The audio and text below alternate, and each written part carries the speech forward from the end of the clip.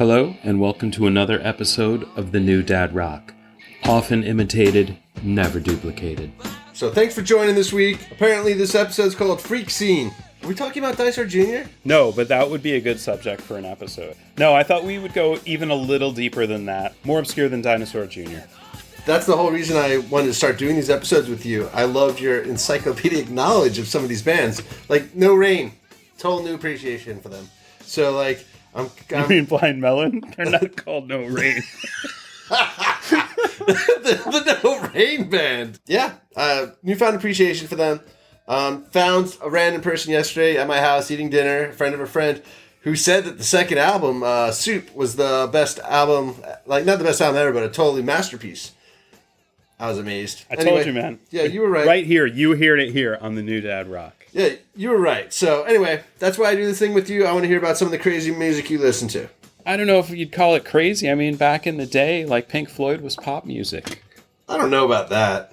Like that first album, the one with the guy who goes crazy, Syd Barrett? Yeah, the story is he had schizophrenia and took a lot of acid, and it wasn't a good mix, and he drank a lot of tea for the rest of his life while institutionalized. Oh, I thought he was living at home with his mom. But are those songs that he did with Pink Floyd on that first album, like, were they hits on the charts? I think they actually did. Yeah, you're right. Emily Plays Alone or something? See Emily Play? They were like, number 27 or something. Yeah, but sure.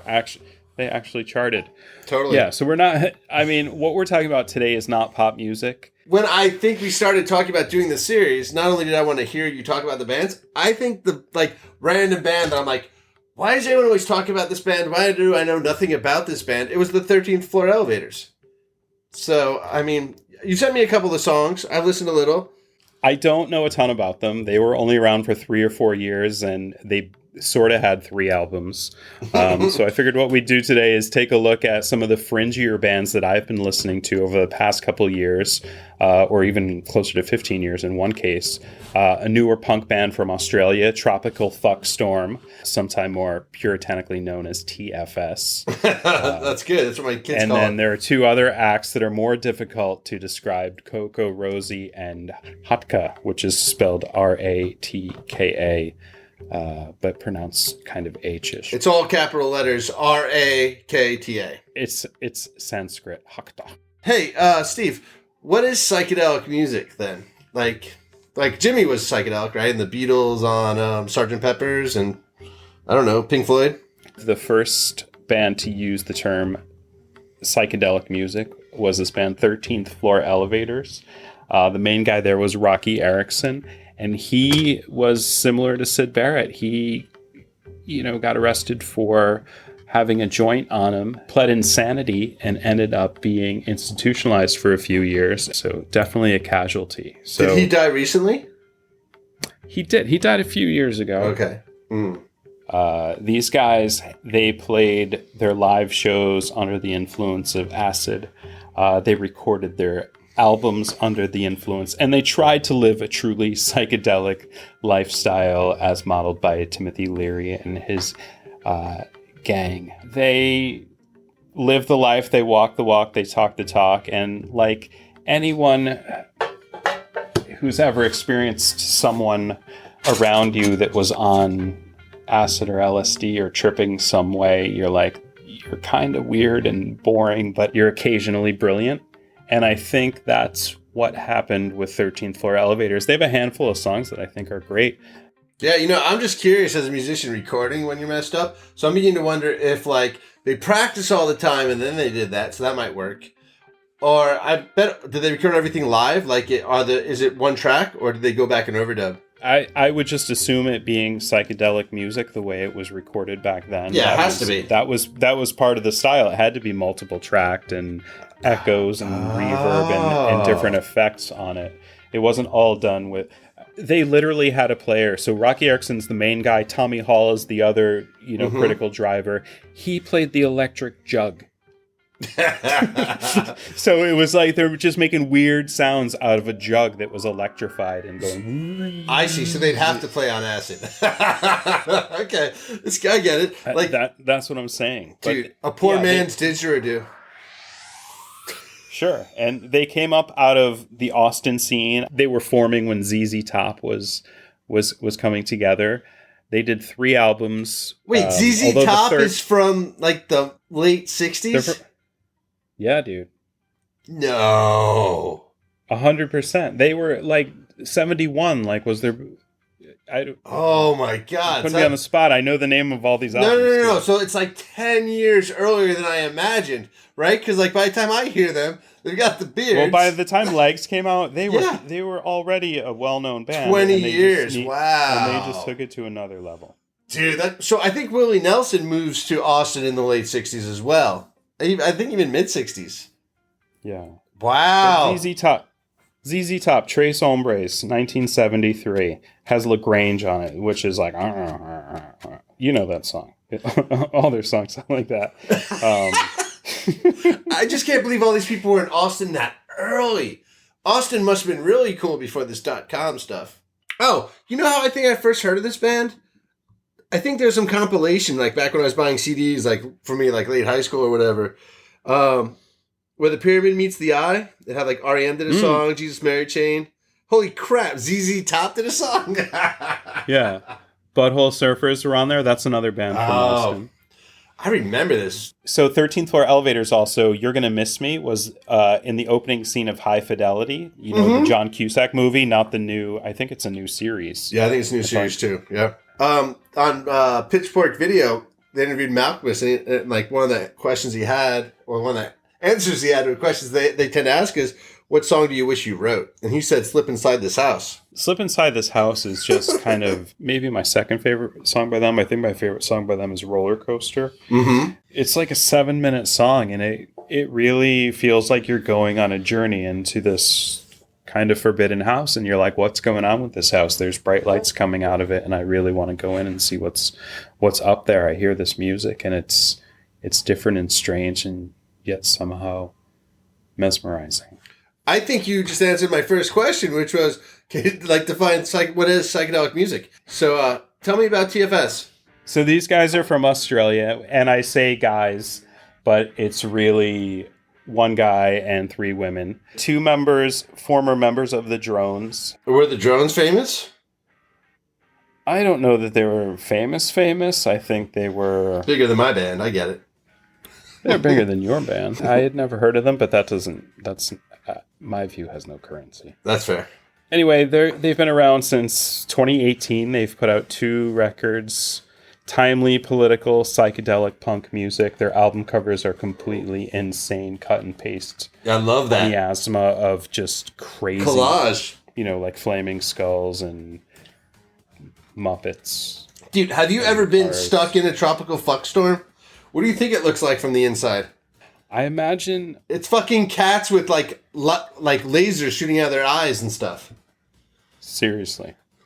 But I think a tropical fuck storm would be just like a big hurricane or a typhoon, I guess, if you're in the Pacific. Absolutely. I guess they're in Melbourne, though. They're in the south. Yeah, they're near Tasmania. I mean, they must get big storms, but I didn't think they got big storms like that. Love the band name, though. That's why it would be a big tropical fuck storm if it got there.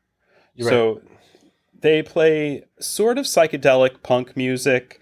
They use a lot of hip-hop instruments, meaning they use samples and they use keyboards and they use that sort of mixing, even though they're playing guitar and bass music. They're very noisy. There's a lot of shouting involved. My daughter, who's 16, is like, what even is this music? It's just yelling. Like, they're just yelling. Dude, isn't that the Boredoms? That's like the Japanese music. It's there was a tune in there. It was a little angular and not necessarily in a modality that she would be comfortable with listening to top 40 pop like she does. Totally. Her ears are so young too. They're not damaged like mine, where I need the acid of this music to come through and like awaken my brain soul. I love this. This is like one of the bands you've introduced me to in the last couple of months that just blew my mind. You know, some people listen to music in the background to relax while they're driving. They don't think about too much of it. And then some people get a little more into it and a little bit more obsessed. And then they keep getting more and more obsessed. And by the time they reach their mid-40s, they've kind of pushed the boundaries. But it's hard. They've got jobs and kids to deal with, and it's harder to find music. So what I'm trying to do here And there's a ton of other bands out there that I have never heard of that somebody can tell me that are awesome, and I'd love to check them out. But for me, Tropical Fuckstorm, they're definitely not for everyone. 2 albums in, they dropped a single, and they actually do singles with A side and B sides. Oh, that's cool. Like on is that a 6-inch or whatever? How big is that? I guess it would be a 7-inch. It's probably 7-inch. out there, but for me, Yeah, everyone adds an inch. dude, Kira has the 10.5. That's who had the 10.5. If you're into Black Flag, yeah. So these guys, they're fun, they're noisy, they're raucous. There's this one song on their first album called 2 Afternoons. Snarling guitars, feels like you're washed out in the sun on a surfboard or swimming, maybe snorkeling way too far out. Like you can't see the shore, and you're just in the ocean is a desert because it's so desolate. They have a series of songs about this Maria who seems like a spy. It's almost like a Killing Eve type scenario, it seems. It's generational. It's on both of their albums. I gotta listen to that one. It sounds like a Neutral Milk Hotel. It's not at all like Neutral Milk Hotel. Yeah. So the next band, CocoRosie. I was really surprised you hadn't heard of these. They're 2 sisters, Sierra, who had the nickname Rosie, and Bianca, who had the nickname Coco. So they're CocoRosie. I think their first album was 2004 or 2005, but I've been listening to them since their first album. But they're, American, but very bohemian lifestyle. Their mom was an artist and a healer. Their father was a spiritualist. He was a shaman.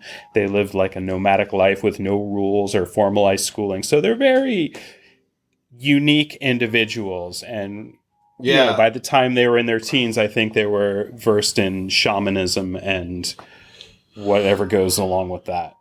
Man, that is crazy. Like, I wish, like, my kids are going to be so disappointed, right? Like, not growing up in, like, I need to learn more voodoo, more seance, more gingerbread house making. Yeah, I guess. Well, one of them, having no formalized education or anything, ultimately decided to try to make her way as an opera singer. She's in Paris.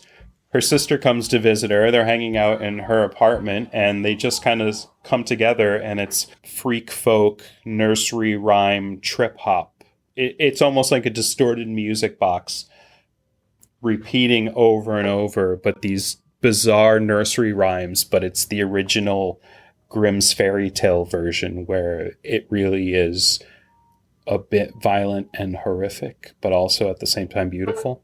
Yeah, you turned me on to their 2010 album. It blew my mind. It's kind of like the Neutral Milk Hotel album. I know I was just joking about before. But, like, because it's not just one song. It was, like, every song. Without actually knowing any more details about the band, from my side, CocoRosie, one word, capital C, capital R, CoCoRosie.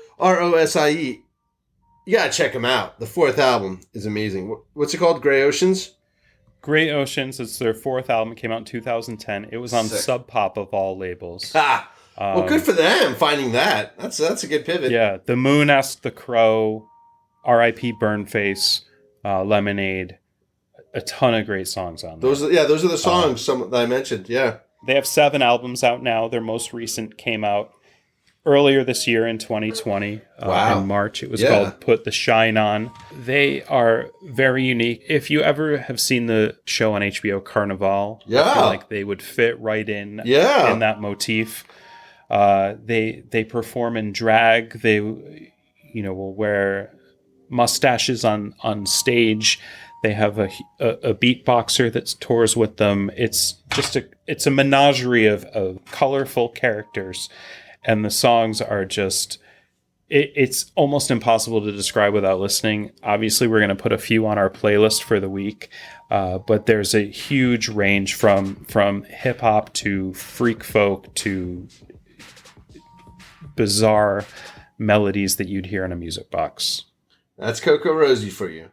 So tell me about this last band, RAKTA. RAKTA is an all-woman group from Sao Paulo. They are swirling, twirling, trance-inducing, percussive, dark, hypnotic music. I don't know what to make of it. It's like that Greek philosopher that no one's heard about. Oh, yeah! Cacophonous! So my daughter, before I mentioned about TFS, that she was like, this is just screaming. This It's This not at all, actually though. is, in a lot of ways, it's very trance-inducing. Yes. It's hypnotic. Mm-hmm. It's like loops of haunting scream. It's chanting in Portuguese, no less. Post-punk, post-rock, industrial, freeform. At times, it sounds like Oronsi Pazuzu. For though there are in no way I would describe this band as metal. They are very akin to Oronsi Pazuzu at times because you get so wrapped up into the track. And I think you said to me you like the live stuff better. Yeah, I mean, I'm always a big fan of bands that can just pull it off live, like especially when it's like the music you don't understand. It's really neat to be able to see how they're doing it and like what they're playing. Like, I was like really psyched to see, like, if I recall correctly, she was playing bass. Like, that's what the instrumentation is? Like, I didn't know what the instrumentation was at all. Then you see the keyboard and she's like, oh, that makes sense. And the drummer, obviously. But, like, I was like, really? I just didn't know. As a guitarist, I'm always expecting a guitarist. It was not something you could relax to. You couldn't, like, mellow out, zone out. But, it's perfect for the era. 2020 music is what I'm saying. Because it's a set. Yeah, it does kind of sound like 2020. So is Tropical Fuckstorm, man. Damn. These three bands are just so good. So RAKTA has been described as psychedelic witches. I would say they're a bit abrasive noise rock. They have 3 albums, a couple of EPs. In 2020, they released a live album that they recorded at a festival in 2019. They did a collaboration with Deaf Kids. They're a very collaborative band. Things seem to come out a little bit piecemeal.